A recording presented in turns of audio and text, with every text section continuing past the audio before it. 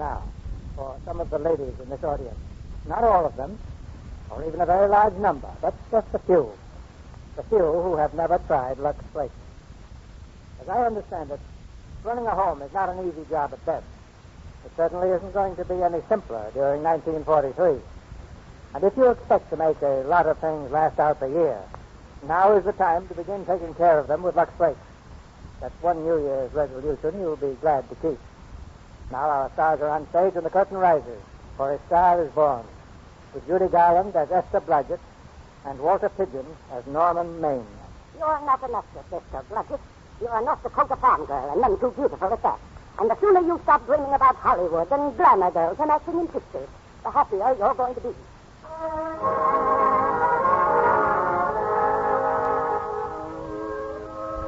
It's late at night. In the bedroom of a North Dakota farmhouse, Esther Blodgett is still awake. She lies across the bed, sobbing softly into the pillow. Hearing again in her mind the words of her aunt, the door is opened quietly, and an old woman in a flannel wrapper comes softly into the moonlit room. Yes. Who is it? It's me, Granny. I thought you'd still be awake. Yes, Granny. Stop crying. That won't do any good. I'm crying because Aunt Mattie and Alec and everyone else in this family makes me so mad. Aunt Mattie, Alec, fiddlesticks. They're not important. You're the one who counts. I could be an actress, Granny. I could be. And I'd go to Hollywood, too, if I had the chance. But they just laugh at me because I want to make something out of myself. They think it's funny. Yes. Everyone in this world who ever dreamed about better things is laughed at. Don't you know that? I suppose so, but there's a difference between dreaming and doing. You modern girls give me a pain. Why, when I wanted something better, I came across these plains in a prairie schooner with your grandfather. We burned in summer and froze in winter. We used our guns when we needed food, and then fought the engines to keep it. But we kept on going, and we didn't complain, because we were doing what we wanted to do. Can you understand that? Yes. Yes, I can, Granny. Could you do it? Could you do it even when your heart broke? Because for every dream that you make come true, you pay the price in heartbreak. I'm not afraid, Granny. I'm not. All right, then. Here. Take this money and go to your Hollywood. Oh, no. I can't take your money, Granny. It's your savings. I haven't got anything to save up for, except for funeral. And now I don't believe I'm ever going to die. Oh, Granny. How can I ever thank you? By promising me that you'll never tell anybody where you got that money. I promise. If you ever do, I'll have you arrested for robbing me. Oh, Granny. Granny, darling.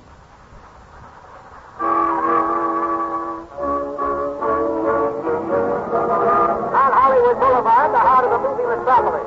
On your right, Broadway Shining Theater. Notice the pay blocks containing the hands and footprints of your favorite star. We'll make a short stop here so you can inspect the night show.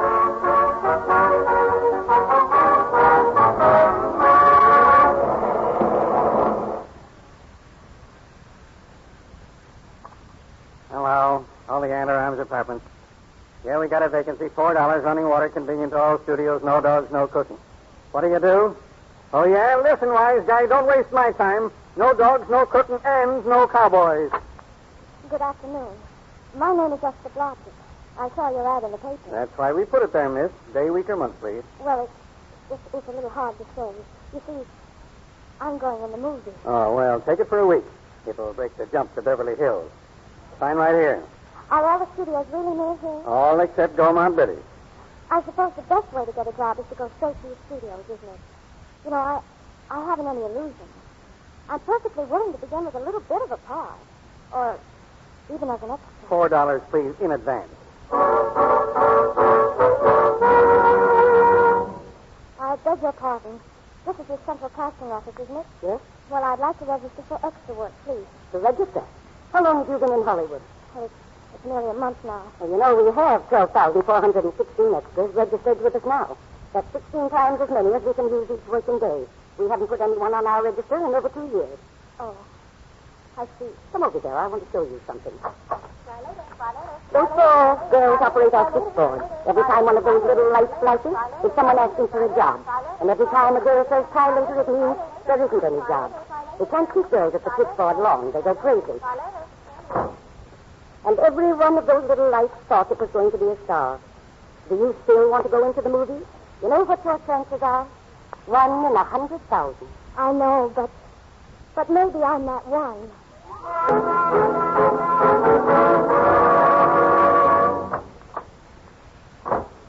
Afternoon, Miss Lodgett. Hello. Any phone calls for me today, Mr. Randall? Nope. I guess Sam Golden and Cecil DeMille are writing your letters instead. How was the luck today? There wasn't any. Maybe you don't go at it right. Well, if I haven't learned in 3 months, I guess I never will. But I'm not giving up. Esther, hey, Esther. Hello, Danny. Hello, McGuire. How's the big assistant director, and how's about some rent? Never mind that now. Listen, Esther, I got to speak to you right away. Come in the parlor. I'd still like a small payment on that rent. Danny, what's the matter? Look, remember when you first came here, I said I'd keep my eye out for a job for you? Well, believe it or not, I got one. Danny. Oh, that's wonderful. When do I go to the studio? Well, you don't exactly go to a studio. Oh, it's on location. Well, no, it isn't really a movie job at all. It's here with it. Oh. Well, it is a kind of a movie job in a way, if you look at it right. You said it was a waitress. Sure, but it's waitressing for Oliver Niles, the head of our studio. He's throwing a party tonight. Be a lot of big people there. I'll bet there'll be 10 directors anyhow. And if you're there, maybe they'll notice you. Sure. I could make them notice me. Sure you could. Look, stick your hair down over your face. Make like Veronica Lake. Oh, no, I'd rather not. You see, I don't want people to say, there goes Veronica Lake. I want them to say, there goes Esther Blodgett. Yeah, but how can they say it if they don't know your name? Well, that's up to me. I'll make them ask my name.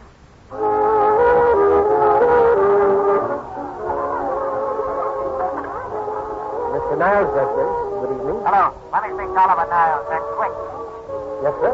Oh, Mr. Niles, for you, sir. Thank you, Smith. I'll take it inside. Hello? Oliver Niles speaking. Hello, Mr. Niles. This is your publicity department. Yes, Libby, what is it? Your publicity department begs to advise that your star, Mr. Norman Maine, has once again been thrown in the Los Angeles junk. What? That's right. Mr. Norman Maine, America's Prince Charming, was apprehended driving down Brookshire Boulevard with his siren wide open. He explained to the local police that he was a tree surgeon on a maternity case. Where is he now? I bailed him out an hour ago. He ought to be up to your place any minute. Will this be in the papers, Libby? No, it won't be in the papers. But that's a nice, expensive hobby of yours, keeping us Maine's informal entertainments out of the public press. Look, Libby, you better find him and bring him here. Hi, Oliver. Nice party. Never mind, Libby. He's here now. I'll call you back. What's the matter, Oliver? You look worried about something. Do I? Evidently you aren't. All right, Oliver, go ahead and say it. I've got it coming to me. Don't make it any tougher on me, Norman. I don't want to stand here and preach. Take a look at my side of it. I'm trying to make pictures with you, but you don't realize. I know. The costs are going up and the grosses are going down. It isn't that so much. I just hate to see you go the way of so many others. You're a great star, Norman, but you're starting to fall apart. Oh, Oliver, stop it. First signs are always the same. Not being able to remember your lines. The cameraman trying to cover up your hangovers. All because you've got to have a good time every day, every night. I've warned you for a long time, Norman. Okay, Oliver. You're a swell guy. You won't lose any money on me. I'll promise you that. I'll be ready for the curtains when the time comes. And when it does, here's my epitaph. For amusement only. Come on, let's get back to the party. Can you have some more girls? Hors d'oeuvres, Mr. Maine? The caviar is very good. Oh, thanks. Oh, wait. Maybe I will.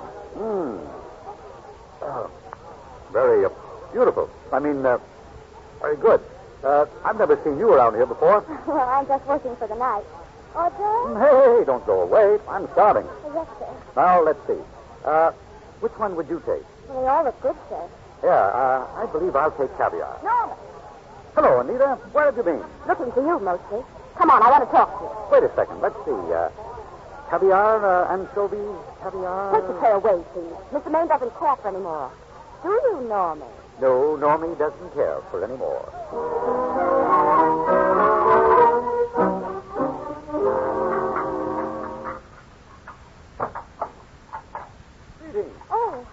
Oh, hello. Hello. Mind if I help? In the kitchen? Won't they miss me? Oh, no, they'll just look under the table, and when they see I'm not there, they'll forget the whole matter. What's your name? It's Esther Blodgett. My name's Maine. I know. Oh, what's so funny? Well, I was thinking about all your fans. How surprised they'd be if they could see you now, helping me put plates away. They don't know my finer side. They'd be pretty envious of me, meeting you in person this way. Tell me, are you disappointed? Yes, a little. Well, how do you know? Oh, now you've done it. You've broken one of the good plates. Don't worry about it. Makes the room look lived in. Tell me, why are you disappointed in me? Well, I was sitting right behind you in the Hollywood Bowl that night you didn't want to be photographed, and you smashed the photographer's camera. Yes. Yes, I'm told I crept into many a heart that night. Oh, Mr. Maine, I'll never be able to explain. There's two of them. You know something? You've got very pretty hair. You better get out of here. And a lovely mouth and a charming little smile. Oh, here you are. Anita, darling, come in. Come in. What are you doing in here, Norman? Who, me? Oh, I just wanted to be helpful. See? I see. Are you sure there was no other attraction? Well, it might be that old mania for putting plates away is coming back on me. Oh, Mr. Maine. Simplest plates I ever saw. You know, it's rather odd that I always know where I can find you if there's a pretty girl around. It's not only odd, it's embarrassing. And we aren't married, darling. Not yet, anyway. You're being deliberately insulting, Norman. I'd put up with you as long as I'm going to. Now, dear, don't lose your temper. Remember, we must try to keep the voice low. I know you'll excuse us if we go on with our work. Oh, please. Let me help. No, don't hit Here, him. put that plate down, Anita. Mr. Oh! Maine, no, Mr. Maine, get up, please. Oh, he's unconscious. Unconscious. Now, see what you've done. Oliver, I didn't do anything. I didn't. Hey. Oh, I thought you were unconscious. Come on, help me up. Are you hurt? Well, that's no more than usual. Listen, the wolves are on us. Come on, we've got to get out of here. Well, I can't. The dishes aren't finished. Oh, yes, they are. Watch. Oh! Come on.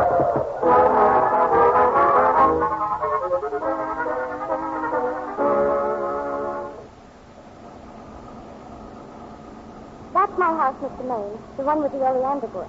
Oleander bush? Right. Well, Wait. I bet I know what you're going to say. what? Good night. Good night and thanks. Oh, wait a minute. Do you realize that all I found out about you is that you're foolish enough to want to go into pictures? Why is it foolish? Look at you. Oh, that's what I mean. Now, I'd like to go into this matter rather thoroughly. Oh, that's awfully nice of you. You ever acted before? No. That is, I've never acted in anything important. That's all right, neither have I. I used to be in school shows, of course. They said I had a future. Who, your father and mother? No. The people from my high school in North Dakota. Well, they certainly ought to know. But just the same, I have got a future. In acting, I mean. And nobody had to tell me, except myself. Well, that's fine. Look, don't go in now. Let's go up to my place and talk it all over. Oh, no. Thank you very much, but I really must say good night. Well, wait a minute. Look, has anyone ever told you that you're lovely? No. Well, you are. Thank you. And one more thing. This is hard to say, but I want to say it anyway. On the screen, I'm well, you know. In private life, I'm well, you know.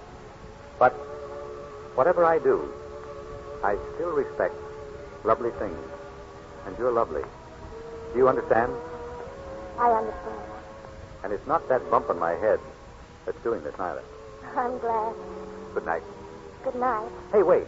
Yes, what is it? Do you mind if I take just one more look? Good night. Good night.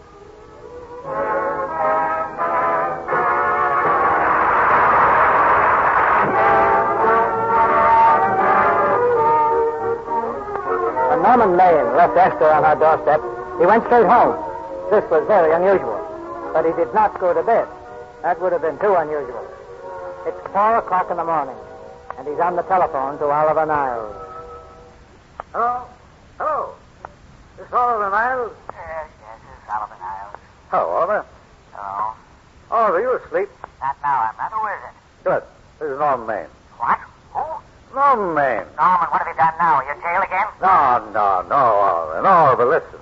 Oliver, I met a girl. Oh, that all fine. Oliver, this girl, she's beautiful. Yes, she's beautiful. Yes, I know. You want me to give her a screen test. Yes. Oliver, this girl has got something. I know it. You know it. You know all the others have something, too, now. No. I tell you, Oliver, she's got that sincerity and honestness. The sincerity and honesty. Makes great actors. Yeah. I'll do the test for myself tomorrow morning. How's that? Yeah. All of it. What? Tomorrow morning. Screen test. Yes. Anything at all. That's fine, Oliver. I know you appreciate this little tip. I get another one at 6 tomorrow. Good night. All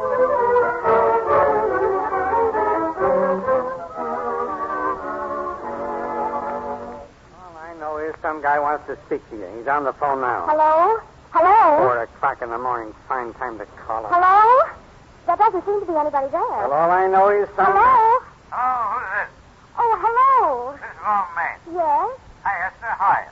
Well, I'm all right, but... Listen, it's all fixed. What? It's all fixed. It's fixed as night. You fixed what? Didn't I tell you? Screen test.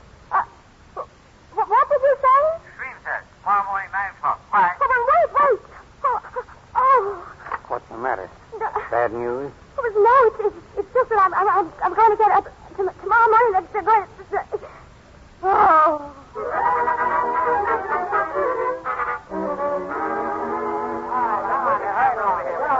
All right. This is only a test, fellas. Get going. All set here. Well, then let's take it. Ready, Norman? Anytime. Where's the girl?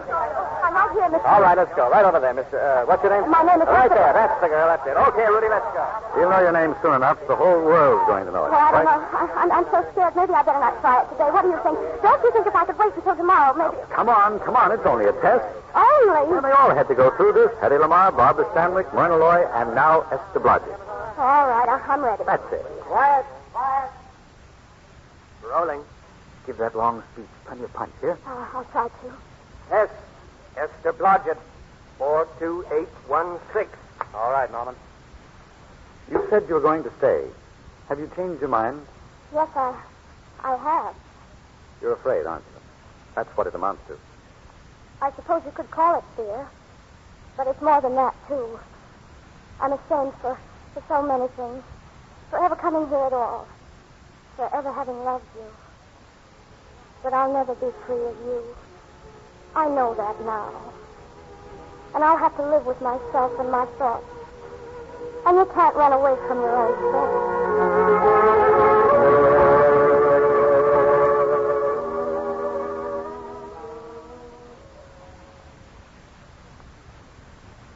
Sign right there, Miss Blodgett. Here, Mr. Niles? That's it.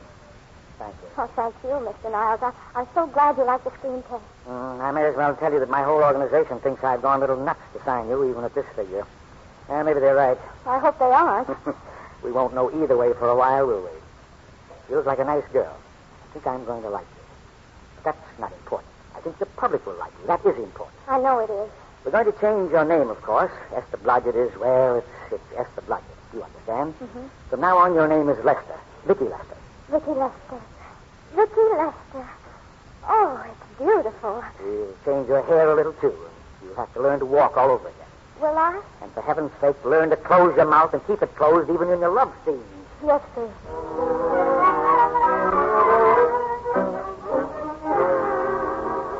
Good evening, everybody. This is Billy Moon again, the Hollywood star chaser. These tired old eyes have again been glancing over the latest pipe dreams of the studio publicity department that I find ravishing items concerning a newcomer discovered by Oliver Niles. A new starlet, a Cinderella of the Rockies named Vicky Lester. This charmer, according to the publicity department, couldn't be more divine. But this reporter will lay 4-1 that she'll never be heard from again.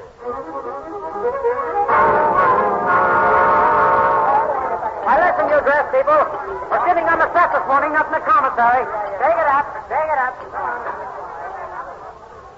Morning, Mabel. Good morning, Mr. Maine. What'll it be this morning? The usual, Mabel. Orange juice and bicarbonate of soda. Make it 2 bicarb. It was a very successful party last night. Acme Trucking Company. No, Mr. Smith is not in.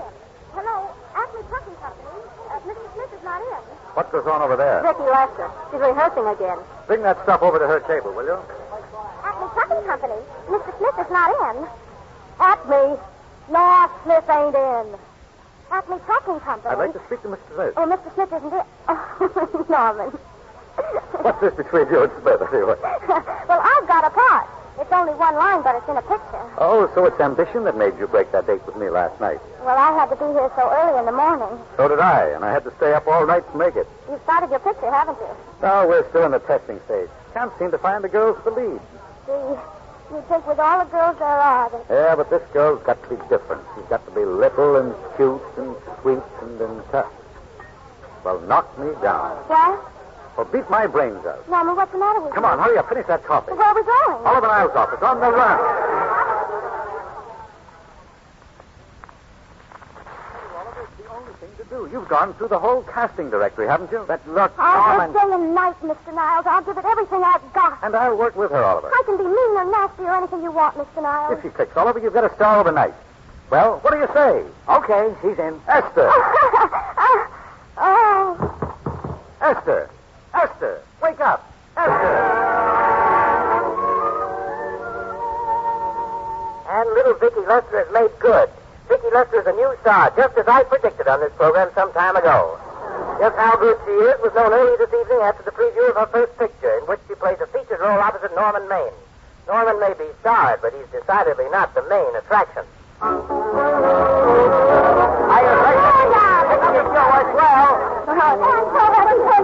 Thank you very much. Thank you. Would you like to sit down, Esther? I can't dance with you taking all these bows. Oh, Norman, it's all so wonderful. I'll never forget this night. Let's go outside for a minute. It'll be cooler out there. All right. Lovely, darling. Lovely. Thank you.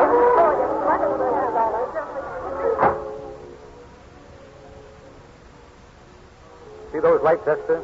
Down there? That's Hollywood. It's wonderful, isn't it? A crazy quilt. No. It's a carpet spread for you. It's yours from now on, you know. It's come, Esther. A star has been born.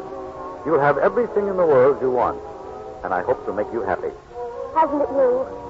There's one thing I never had. Lots of times I've told myself I'd found it. But I always knew I was kidding. Still, I never stopped looking for it. Maybe it'll come. I think it has come, Esther.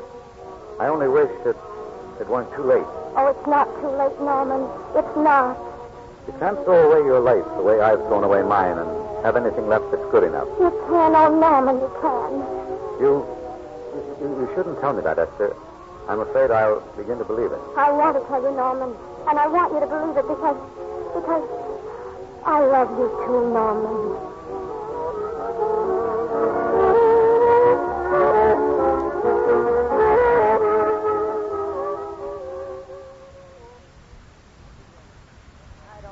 I'm not thinking fast enough this morning. What are you two trying to say? Just this, Oliver. We're going to get married. You're going to what? I guess you didn't read that line right, Norman. All right, I'll try it again. We're going to get married, Oliver. Both of us. Yes, to each other. What do you think of that? When? Where? We're going to elope in the conventional manner. What's the matter, Mr. Niles? He's trying to decide whether it's good for the studio. Is it, Mr. Niles? It is, and bless you, my children. When's it going to happen? Well, we thought we'd just sort of sneak out sometime. Oh, sure, but you mustn't hurt people's feelings. Matt Libby, for instance. He has a very sensitive nature. He'd feel offended if he didn't have a chance to congratulate you.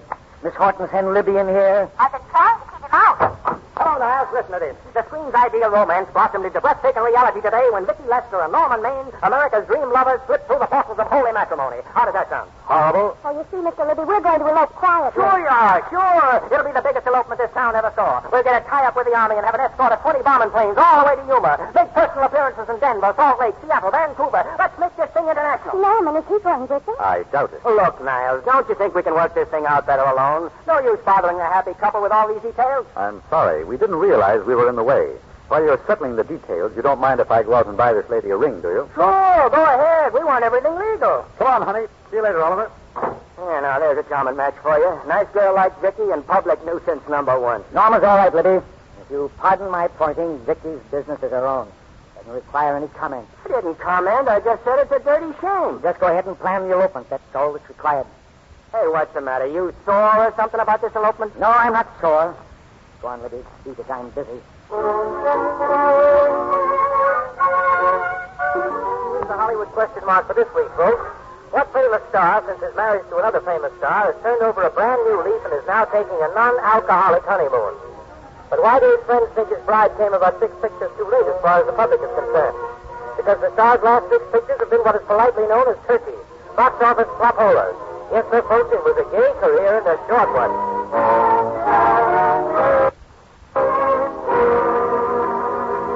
Norman, I just can't believe it yet. Would you mind telling me again very slowly? That is your new house. This is your new grass. Those are your new trees, and here's your new husband. Well, Do you like the place? It's the most wonderful surprise anybody ever had. I kept thinking we were going to live at the beach house, and then this... Oh, we keep the house at the beach, but this is special. This is our castle, where we'll never use ugly words like contracts and pictures and careers. When we come in these gates, we'll check the studio outside. Oh, Norman. Hey, hold that post. Oh, for the love of... That's it. Did you get that shot, Otto? Got it. Good. Captain, their honeymoon never ends. How are you, folks? Well, Libby, this is a surprise and a very unpleasant one. I just stopped over to welcome you home. How are you, Mrs. Minn? Fine, thanks. Hello, Otto. Hello, Miss Esther. Well, my friends, this is a nice little place you have here. Very tasty. Libby, if you didn't like it, we'd sell it. All right, now let's get some more pictures. Now, if the bride will just sit here and the groom stand behind her, we'll have something unique. Well, all right, Otto. Captain, their honeymoon still continues. Hello there. Ah, the producer. Their honeymoon ceases abruptly. Hello, Oliver. Hello, Norman. Glad you're back. How are you, Esther? Hello, Oliver. I interrupting? Yes, but Libby beat you to it. Oh, we just want a couple more. Now, that's enough of both of them, Otto. What the papers are asking for is exclusives of Miss Lester alone. Oh, I see. Come on, Oliver. Let you and I get exclusive. Sure. Stay for dinner, Oliver. Thanks, I will. All right, now, Miss Lester, let's have one with a smile. That's it. Well, Oliver, what's on your mind?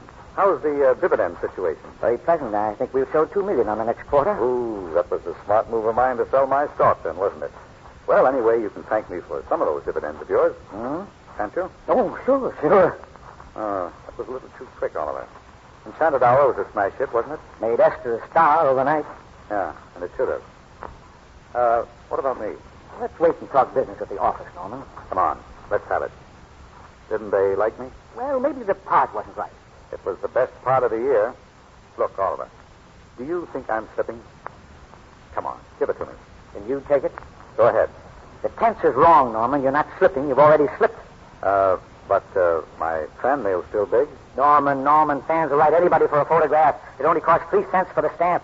That makes photographs cheaper than wallpaper. But every quarter they pay for a theater ticket buys them the right to be a critic. Your last few performances, Norman, have not pleased your critics. Remember, I told you I'd be ready for the curtains when the time came? Well, here it is. Well, we're not quitting yet. I've got a swell script lined up for you, Norman. About Esther. If you think I'm going to get in her way... As a matter of fact, as it happens, there isn't anything for her in this story. I more or less plan to star her in a picture of her own. Maybe with that young Pemberton opposite her. She's coming along very nicely. Good for young Pemberton. All right, Oliver. We'll make a try at it. Let's hope it's not too late. Let's hope it's not too late.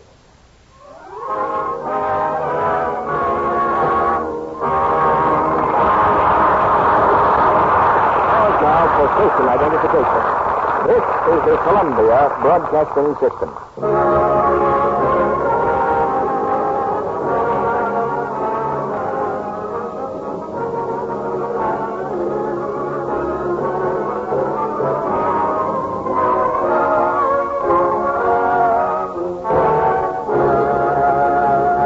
After a brief intermission, we'll hear Act 3 of A Star is Born, starring Judy Garland and Walter Pidgeon. Now, when you try out a new thing, naturally, you want to find out everything you can about it. Here are some of the things women have been asking about the new rayon stockings. Perhaps our answers will help to settle some questions in your mind.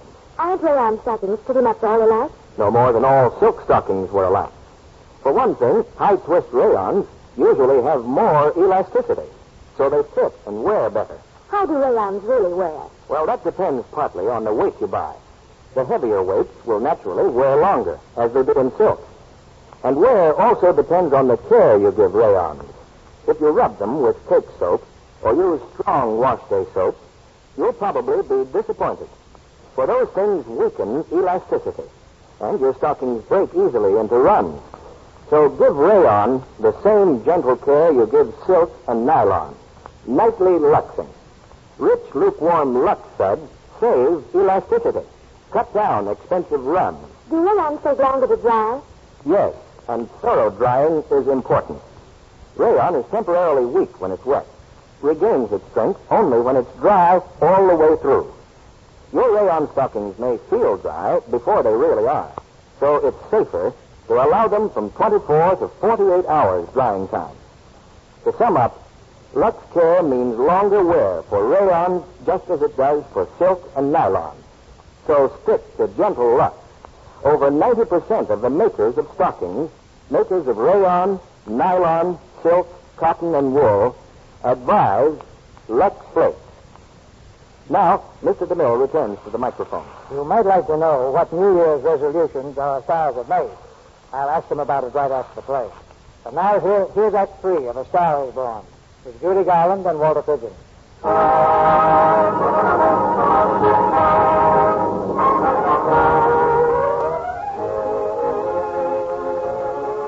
year has gone by. A year during which Esther rose steadily to stardom, and Norman dropped just as steadily into oblivion. It's the night of the Academy Award dinner. At a table in the corner, Esther and Oliver Niles wait anxiously for Norman to arrive. The master of ceremonies is speaking. We have already applauded with our hearts as well as our hands. And awards have been given to those gentlemen who during I wish Norman would come. Do you think anything's happened to him? Of course not. He's probably been held up in traffic, that's all. You just think about that Oscar you're going to get. Present to her the Academy Award for the finest performance of the year. The unforgettable Anna in Dream Without End, Miss Vicki Lester. Come on, Esther. Get your award. Oliver, I wish Norman were here. I can say, Miss Lester, congratulations. Thank you. What more can I say, Miss Lester? This statuette says it for all of us. Ladies and gentlemen, when something like this happens to you and you try to tell how you feel about it, you find that out of all the words in the world, there are only two that really mean anything. Thank you. All I can do is to say them to you from my heart.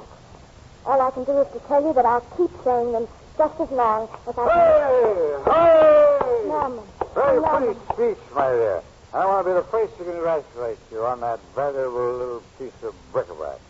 Now I want to make a speech. Gentlemen of the Academy and fellow suckers, I got one of those once for best performance. Once thrown me a thing. People get them every year. Well, I want a special award. Norman, please. Something nobody else can get. I want a statuette for the worst performance of the year. I want 3 statues for the 3 worst performances of the year. I earned them, and everybody that saw those last 2 masterpieces of mine knows I earned them. What I'm here to find out is, do I get them, or do I get them? Answer yes or no. Music, quick. Answer yes or no. Norman. All right, Esther, I got him. Come on, Norman, come over to the table. Well, Vicki, dear, allow me to congratulate you. You must be terribly proud and happy tonight. Norman, dear. Oh, Norman. Esther, what have I done? Somebody give me a drink.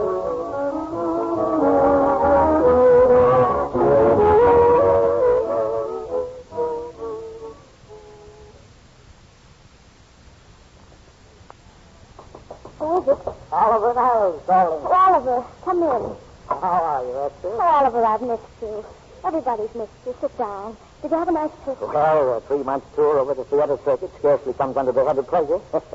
But the way they're screaming for your pictures all across the country. Miss Lester, if I may talk shop, you are a knockout. Thank you. That's good to hear, Oliver. You've been crying, haven't you? Yes, a little. Why? Well, I guess maybe it's just nerves. I'm worried about this next picture, Oliver. You needn't be. I just saw the first week shooting. You're headed for another Academy Award this year. Really? Oh, thanks. That's encouraging. How's Norman? Norman? Well, he's trying awfully hard, Oliver. Has he been... Is he all right? He's gone to a sanitarium. Okay. Well, it was his own idea. You see, he really wants to stop drinking, and I think he could if... I know. He had a chance to work again. Well, maybe we can fix it. Oh, Oliver, could you? Could you do that? I think so. Oh, thank you, Oliver. But he mustn't ever know I told you. He won't know, Vicky. And you mustn't worry, do you hear? I want you to be good in this picture. I'll try, Oliver. That's all I can do for you.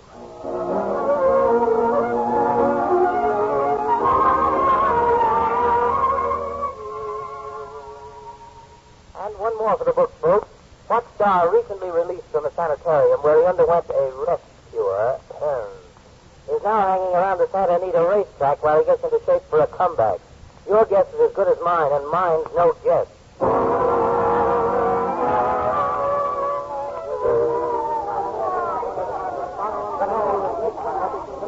Hello, Charlie. Yeah. Hello, Mr. Man. Haven't seen you in a long time. No, I've been resting. ginger ale, please. Ginger ale and what?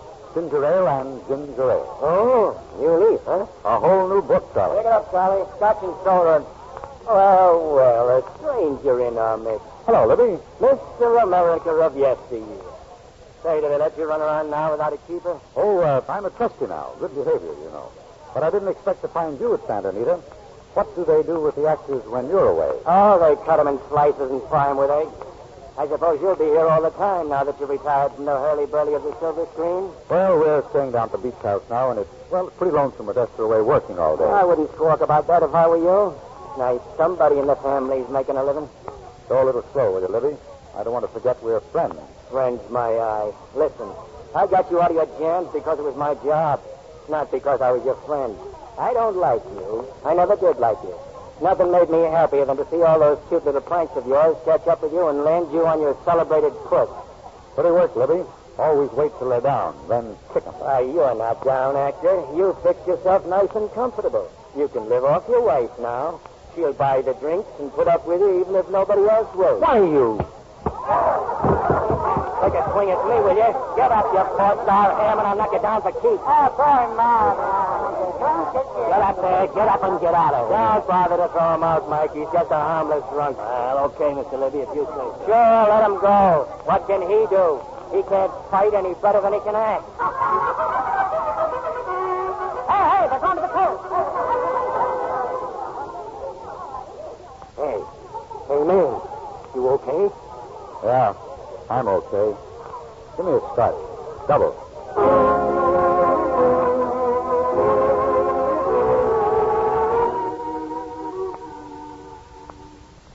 Vicky, please sit down. You're going to be sick carrying on like this. Why don't you try to get some sleep? He's been gone for 4 days. 4 days and not a word. Oliver, how can I sleep? How can I do anything? Oliver, I can't answer. I just can't. Will you please? Hello? This is Oliver Niles speaking. What? Where? All right, thanks. Oliver, what's happened? Where is he? He's all right, Vicky. He isn't hurt. Well, they're holding him downtown in the night court. I'll go right down and get him out. What is it? What has he done? He's been arrested on a disorderly conduct charge. I'm going with you, Oliver. Esther, please, it isn't any place for you, and if it gets in the paper... What do I care about the papers? Norman's in trouble. He needs me. I'm going to him.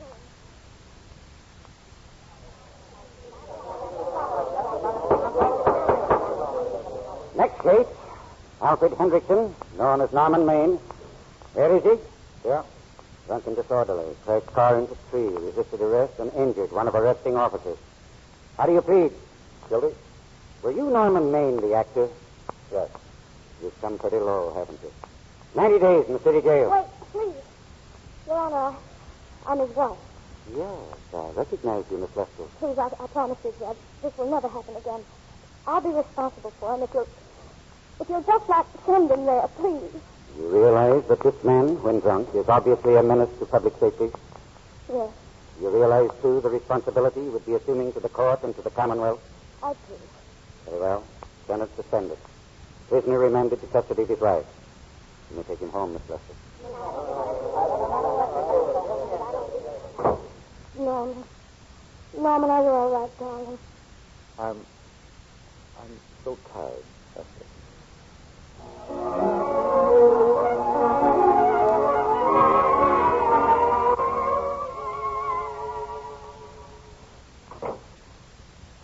How is he, Esther? Talk low. He's still asleep in there. That's the best thing for him. Oh, it's awful to see this happen to someone you love. And you know in your heart that it can't get any better. Do you still love him, Esther, or do you feel sorry for him? It's so hard to tell where one leaves off and the other begins.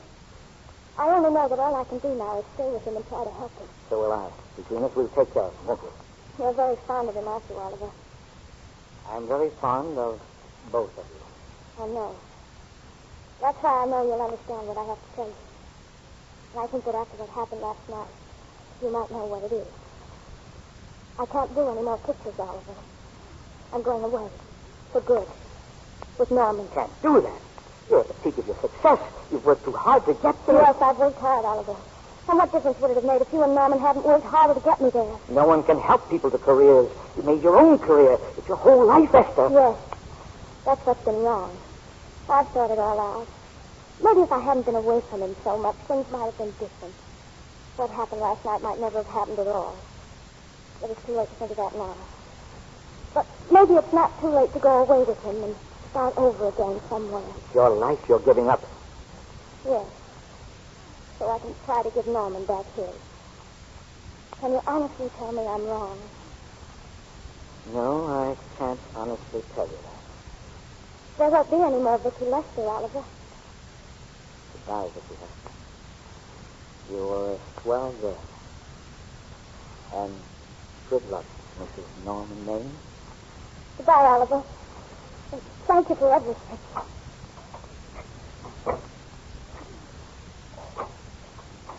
Hello, darling. Norman. This is your husband coming in to apologize again, dear. Norman, have you been out there long? Oliver Miles was here. Yes, I know. I thought he would be. You're looking very sad, darling. What other troubles have you got? None. I was just playing a little scene with myself. Now, look. I'm just coming out of the Kippers, and you're just going into them. This is a swell household. Isn't it? I'll tell you what we'll do. I'll promise to brace up if you'll go on the wagon. Well, I guess I have been drinking too much. You know what I'm going to do? I'm going to be an athlete. Gee, you mean with great big muscles and everything? Roughly speaking, yes. You're going to join the YMCA? No. That costs too much. I'm going wading in the Pacific. Now? Sure. Oh, wait. You won't go out too far, darling. Will you? A little water once in a while wouldn't hurt me anyway. Crazy. Well, if you don't mind, I'll be running along. Could you have a hot toddy? Some hot soup for me when I come back? Some hot soup. And I'll make the sandwiches. Oh, Norman, do you have to? Give me a kiss, darling. All right. Don't be long. I won't. Oh, darling. Yes? Do you mind if I take just one more look? Norman. So long, sweet.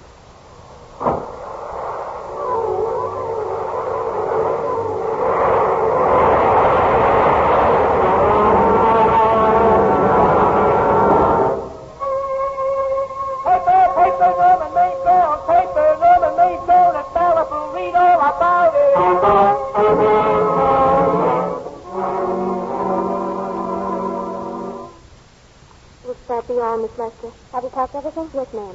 The bags, the trunk, everything. Then have the car driver. Don't tell me I can't see her. I'm her grandmother. Esther. Granny.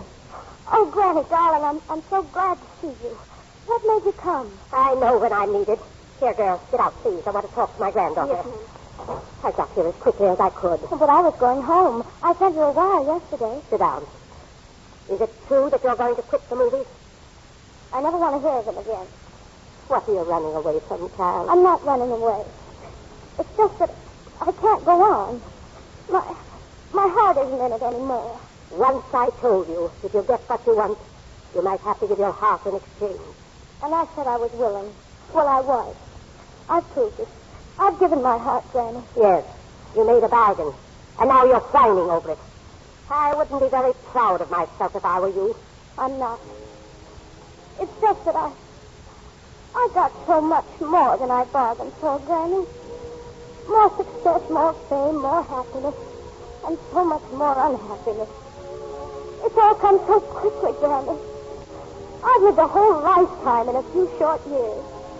And when Norman died, something died in me, too. My life is over, Granny. There's no reason for it now. And I can't go on any longer. I just can't. You've got to. Tragedy is a test of courage, Esther. I never knew Norman Maine. He was sweet to me in the letter he wrote when you were married. He said that you told him how much I meant to you. But I know how much you must have meant to him. And I can't believe that wherever he is, Esther, he is very proud, knowing that all that his love did for you was to make you a critic. The car's ready, Miss Lester. You'll have to go now to make the train. Put the car back in the garage. We're going to stay.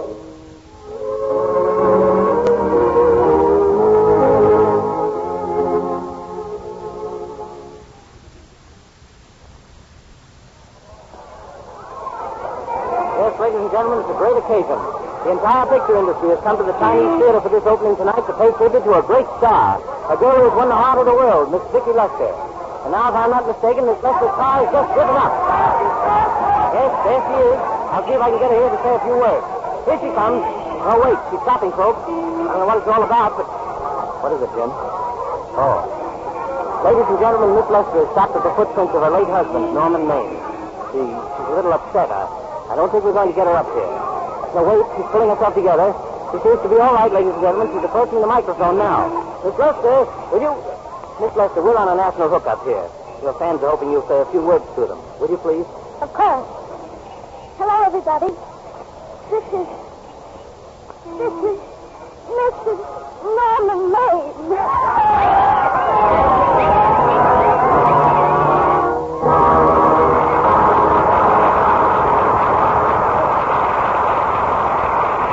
Before our stars return for their curtain call, here's an interesting thing I read about Hollywood the other day. More than 1,000 ways of saving vital materials are being used in movie making today.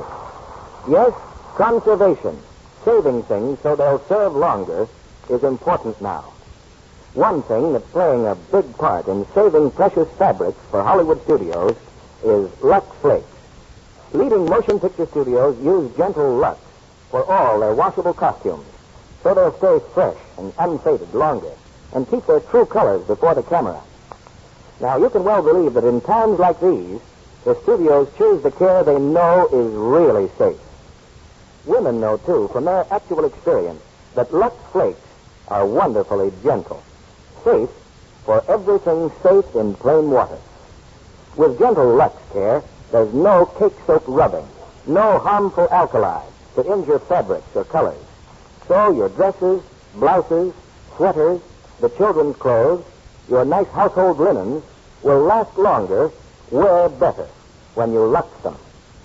In your conservation program for 1943, make this your motto. Don't trust to luck, trust to LUX. Now, here's Mr. DeMille and our stars.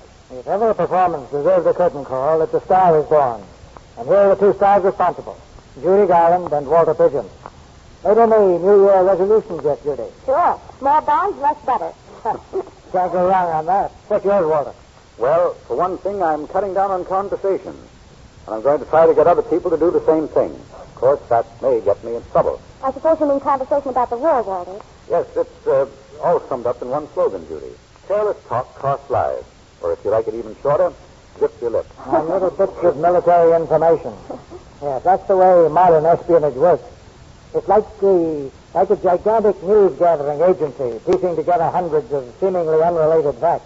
No more beautiful blonde spies? Well, I haven't seen one recently, Judy, even in pictures. Well, how do you figure not talking is going to get you in trouble, Walter? From now on, Judy, when somebody says to me, my brother is sailing tonight, they just gave him a tropical sun helmet, I'm going to suggest that it's dangerous talk and might sink that brother's ship if heard by the wrong people. I may be sticking my neck out, but it's for a good cause. If everybody joins that crusade, Walter, the enemy agents will starve to death. Good luck with it. I have one question, CB. No military information involved. What's your play next week? Well, it's quite military, Walter, because next week our play is the Metro-Goldwyn-Mayer hit, The Bugle Sound. Ah. And our stars will be Wallace Beery and Marjorie Rambo. The Bugle Sound is a story of a rugged old cavalry sergeant whose regiment is being mechanized. But mechanizing Wallace Beery is a man-sized job for any army. So don't miss this drama of adventure in tanks and jeeps next Monday night. Well, with two swell players like Wally Beery and Marjorie Rambo, you're sure to have a great show, Mr. DeMille. Good night. Good night, CB. Good night. Star Is Born with a record event for us. This coming week, we turn the page on a new year. 1943 holds nothing but promise. The promise of a clean page. The record that will be written there 1 year from today will be what we make it. We will have only ourselves to praise or blame. The man on the fighting front, the man and the girl in the machine gun factory, the farmer in his wheat field, all have a personal part in making the history of this year. And when the day of victory comes, as it must, they can all say, this day is mine. And a free radio, a free press, and a free screen will join free men and women everywhere in hailing not just a new year, but a new era and a bright new world.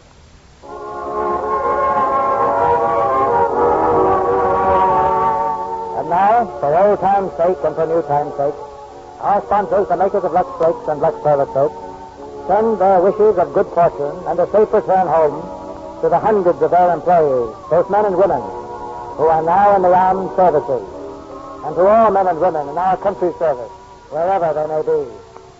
And our sponsors send their heartiest good wishes to each and every one of you. All here in the Lux Radio Theater, join me in echoing these hopes for a joyful and victorious New Year. And we invite you to be with us again next Monday night when the Lux Radio Theater presents Wallace Beery and Marjorie Rambeau in The Bugle Sound. This is Cecil B. DeMille saying good night to you from Hollywood.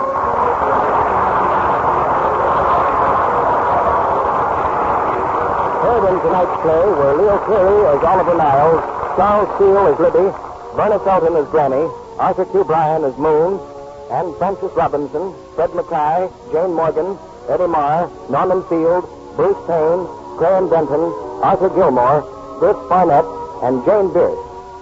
Our music was directed by Louis Silvers. And this is your announcer, John M. Kennedy, reminding you to tune in next Monday night to hear Wallace Beery and Marjorie Rambeau in The Bugle Sound. Free. Yes, absolutely free. A sample of Vims, the new low-cost vitamin mineral tablets. Ladies, if you haven't tried yet, Vims, now's the time. Just send your name and address to this station. You'll soon receive a free sample of Vims. Remember, write to this station. Ask for your free Vims today. This is the Columbia Broadcasting System.